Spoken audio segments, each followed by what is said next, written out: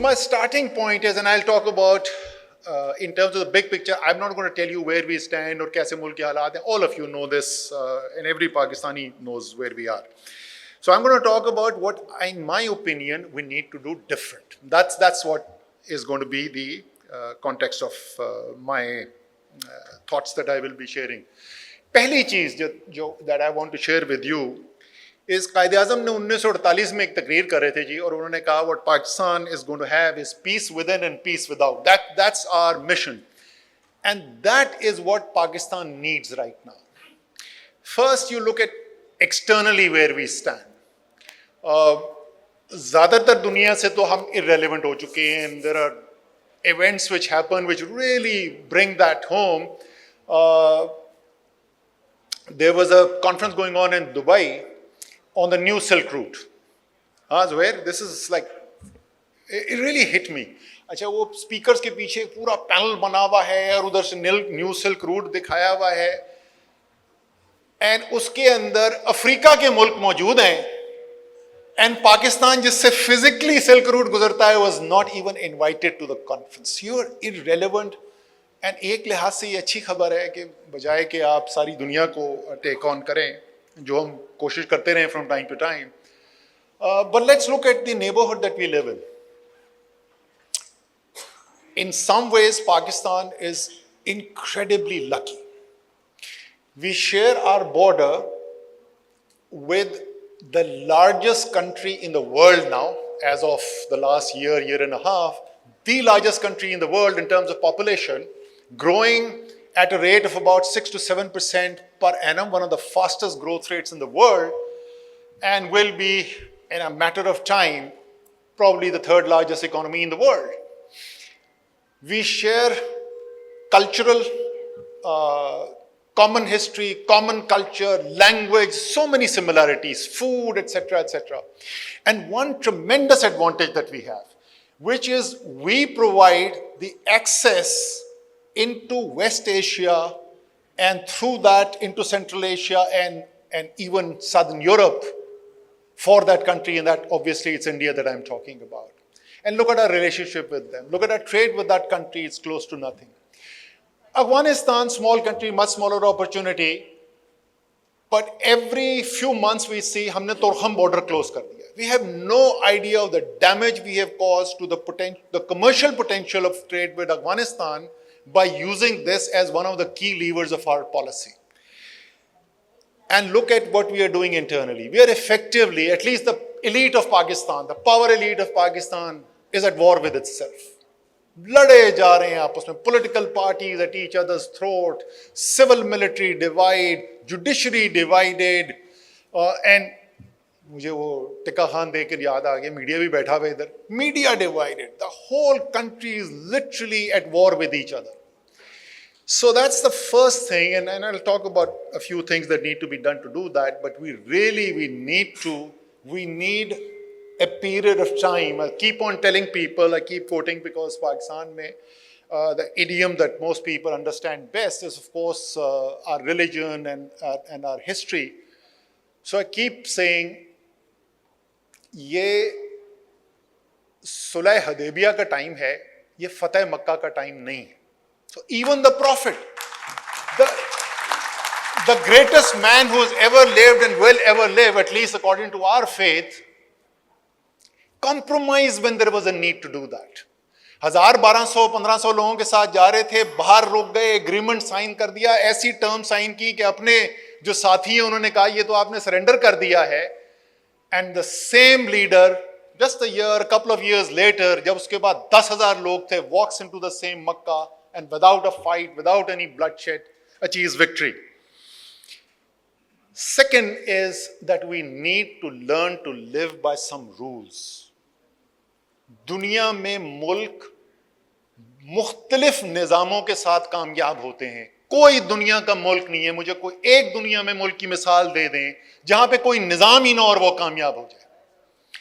तो वो क्या निज़ाम है जो पाकिस्तान में, दुनिया में बादशाहतें भी कामयाब हैं, दुनिया में Chinese party, the communist Chinese party has had a remarkable run of success. But Pakistan, and without going into details why those exceptions are successful, Pakistan is a multi-ethnic country. In a country like this, 25 crore का मुल्क जहाँ पे लोग मुख्तलिफ ज़ुबानें बोलते हैं, cannot be held together, cannot be successful without it being a constitutional democracy. And we need to understand that as opposed to the words of General Ziaul Haq, आइन कागज का टुकड़ा नहीं है सिर्फ. The Constitution represents the will of the people of the nation. And as I have written in an article also last year, no self-appointed arbiter of national interests can ever be wiser than the collective wisdom of the nation itself. वो इब्राहिम ज़ौक ने लिखा था, नकारा क्या आवाज़ खल्क को नकारा खुदा समझो. There's this wisdom behind those words. So we can only be successful by being a constitutional democracy and following what the Constitution says. Second part, which is essential, is, in my opinion, for the reasons that I have just outlined, Pakistan cannot be successful, even as a democracy, as a highly centralized state. Even with popular leadership governing according to the Constitution, Pakistan cannot be successful. The multi-ethnic and the disparity within the country. You've got really pockets of Pakistan which are 21st century, where people will speak the same language, the same idiom, will have the same skill sets as people living in Manhattan and New York, and those who are literally living in the 18th century. In a country like that, the needs and the driving force for the people in Khuzdar is totally different from the people of Islamabad. And we therefore need to 18th Amendment was a step in the right direction. It's an incomplete step. We need to have a very, very strong local government system where people are empowered. So not only do you need a central government and provincial governments which are popularly elected, which have the mandate of the people, the will of the people is behind that, but you need to have power devolved to thousands of representatives of the people of Pakistan in each corner of Pakistan. Next thing that needs to be done, I don't care who is involved. If the political parties of the country are treating each other not as political competition, but as enemies, democracy cannot work. United States of America is a 250-year-old democracy, powerful, strong institutions. And gradually we have seen the increase of polarization in the US political system, and you can see the results of that. Read the op-ed pages of the major American newspapers right now, and what is the thing which is coming? And by the way, it's very interesting. The same thinking or the same critique is coming both from the left in the American system and the right in the American system, which is democracy is under threat. So therefore, the political parties need to sit down, use Shahid Khaqan Abbasi as the arbiter. क्यों जी शाहिद खाकान अब्बासी साहब, आप ये कौमी खिदमत अंजाम देने को तैयार हैं? मैं आपको बनाना चाहता हूँ रेफरी सारे पॉलिटिकल पार्टीज को पाकिस्तान में बिठाएं, बड़ी पार्टियों को, and they have to find, which doesn't mean they accept each other as legitimate or popular leaders. It doesn't mean they stop criticizing each other. They can be as scathingly critical of each other as possible. But they cannot treat each other as enemies and therefore not even willing to sit in the same room as each other. The next part is, and there are not too many more, just two more in this area. Is saal ka, the last year's economics Nobel Prize, Darren Acemoglu, if I'm pronouncing his name correctly, and his partner, I forget his name. A seminal work that they had done, this book which has been really a bestseller, and it's basically explaining why some nations develop and others don't. What is the gist of that Nobel laureate winning argument? Those countries which develop strong institutions are successful, and those which do not develop strong institutions are not successful. So if you are like me and you believe Pakistan cannot be successful without a democracy, then which is the most important institution in a democracy? The most important, the apex of democracy is the parliament. You cannot have a strong democracy with a weak parliament. That's an oxymoron. You cannot have a parliament where no important decision of the country is being taken and the democratic system is strong. It is simply not possible. So a parliament where the prime ministers hardly ever attend a parliamentary session, no real decision making takes place, decision making is taking place in a small coterie, the parliamentary members are used as rubber stamps for legislation approval. There is no way democracy can flourish. So you need to strengthen the institutions of democracy.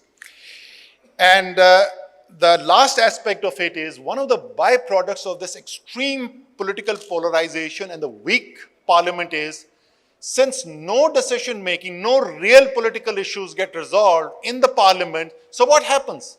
All political disputes end up in the judiciary. The judiciary becomes the arbiter for all big political problems of Pakistan. And what is the result of that? We are surprised. What is the surprise in this? That you find the judiciary totally politically divided. You have a situation where you have a bench announced and everybody knows what the result will be.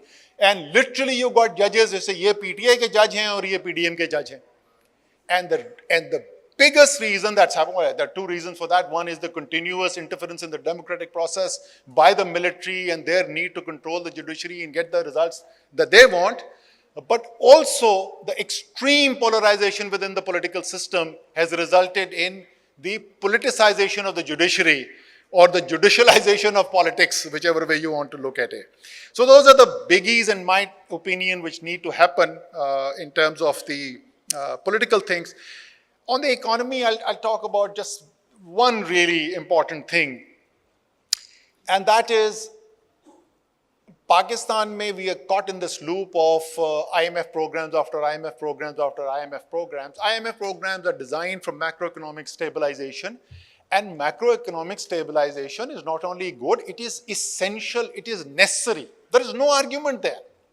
So implementing the IMF program in terms of getting your fiscal deficits in order, your external deficits in control, get your reserves up, increase your tax revenue, all of those are good things, important things, and necessary things.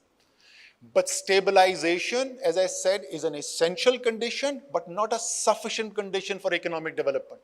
Just a stable economy is not going to take the economy from point A to point B. There are different opinions on how to do that. I am a very strong believer in industrial policy. Industrial policy had become a dirty word as a result of the free market movement of the last 30 years or so, starting from the Thatcher-Reagan years. And interestingly, it has come back into fashion of all the places in the world in the United States of America. The Inflation Reduction Act of the US under the Biden administration, very interesting, it was called the Inflation Reduction Act. It had nothing to do with reducing inflation. It was all industrial policy. It was all designed as incentives for promoting certain sectors of the economy. Trump's tariff regime, it's all designed for, well, not all of it, but a large part of it is designed to support specific sectors of the economy. Pakistan also does that. The problem is in Pakistan, for the last 50 years, the sectors have not changed. And the incentives have not changed. So you're stuck in the same paradigm. Without going into too much detail, those who have an interest in this topic, the person to read is a gentleman by the name of Ricardo Hausman. Mr. Hausman teaches at Harvard, runs the growth center there, and was an inspiration. We developed an economic growth strategy when we were in government, when I was the planning minister, and got it approved by the prime minister actually, which was based, we drew largely on the intellectual work done by Mr. Hausman. And we were actually planning to sign a contract with Harvard University to get into the implementation phase of that. Now you would say कि अगर आपने approve किया था plan का तो फिर हमने उसके कोई result क्यों नहीं देखे? क्योंकि अल्हम्दुलिल्लाह exactly 2 हफ्ते, हाँ डॉक्टर साहब, 2 weeks after had that approved by the Prime Minister, vote of no confidence was successful, and that was the end of our government. So anyway, it doesn't matter whether you go that way or not, but I strongly believe that in addition to the macroeconomic stabilization programs that you're running, in the big picture, you will have to develop a growth strategy And we can go into the details of what the elements would be. One element I've already mentioned, which I very, very strongly believe in, which is regional trade. And that has to be the case. Interestingly, which are the two most regionally integrated regions in the world? Far East and ASEAN there, and Europe, EU. And you've seen the advantages of that trade, and NAFTA के जो impacts आए थे, or the Canada, Mexico and America agreement, which now they're trying to roll back. Anyway, I'll stop there. These are some of the big things that we need to change. Otherwise, हमने वो जब continuous improvement की campaign दुनिया के अंदर launch हुई, so I used to work for Exxon in Canada in those days. तो उसमें एक saying थी जो बड़ी मेरे दिमाग में चिपक गई, and I'll end on that. If we continue to do what we have always done, we will continue to get what we always got.